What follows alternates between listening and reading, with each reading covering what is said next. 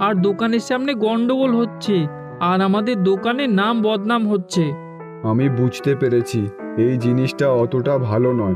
Famous হওয়ার চক্করে আমাদের বদনাম হচ্ছে। না, আমাকে কিছু একটা করতে হবে।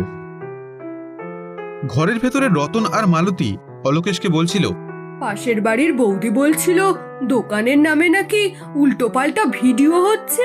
কি হচ্ছে বলতো? আর বলো না মা। রতন তার মাকে সব কথা খুলে বলে।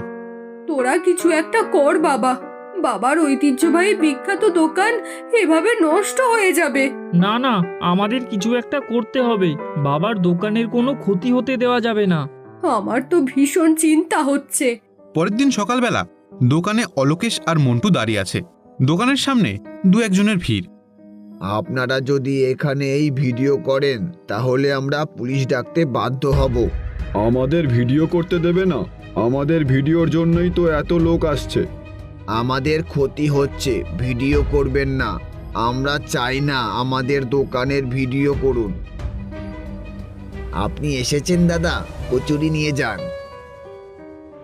কিন্তু দোকানের চারপাশে সবাই এসে ভিডিও করতে থাকে। এমন সময় রতন দেখতে পায় দূরে একটা পুলিশ দাঁড়িয়ে আছে। দাদা, তুই এখানে একটু দাঁড়া, আমি এক্ষুনি আসছি। রতন গিয়ে পুলিশওয়ালাকে সব কথা খুলে বলে।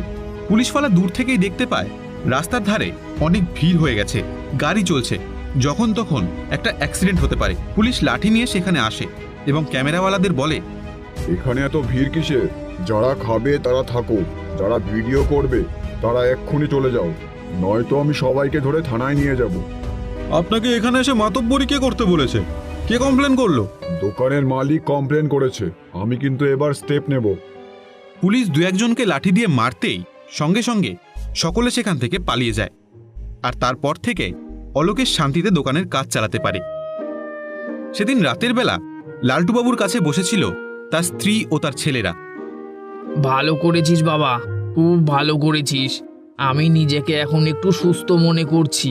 আর কয়েকদিন পর আমি নিজেই দোকানে যেতে পারবো। তোরা এই কদিন ধরে যেভাবে দোকানটা সামলেছিস, আমার তোদের ওপর খুব গর্ব হচ্ছে। বাবা, আমি একদম ভুল ছিলাম।